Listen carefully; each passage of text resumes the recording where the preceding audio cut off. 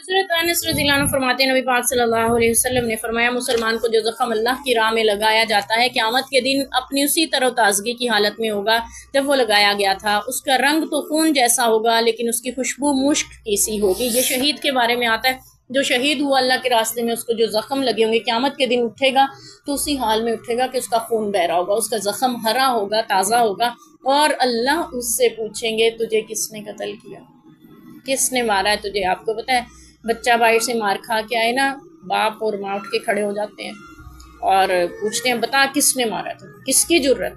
ठीक है, अल्लाह ताला भी अपने शहीद बंदे से क़यामत के दिन यही शफकत फरमाएंगे और उससे पूछेंगे। अल्लाह को तो इल्म है हर चीज़ का।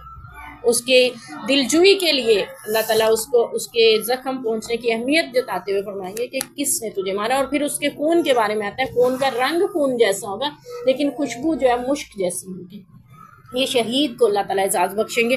तो यहाँ से भी पता चला कि इंसानी, यानी इसका जिक्र यहाँ पे इसलिए आ रहा है कि इंसानी खून अल्लाह के यहाँ मुख्तलिफ खून की मुख्तलिफ अल्लाह के यहाँ हुक्म है उसका, यानी नापाक खून अलग है और शहीद का खून जो है वो अल्लाह के यहाँ इतना मोतबर है, तो वो भी खून है। ठीक है, निकलता वो भी इंसानी बदन से है, लेकिन फ़र्क है हर एक चीज़ में, इसलिए हमें भी इस फ़र्क को समझना ज़रूरी है।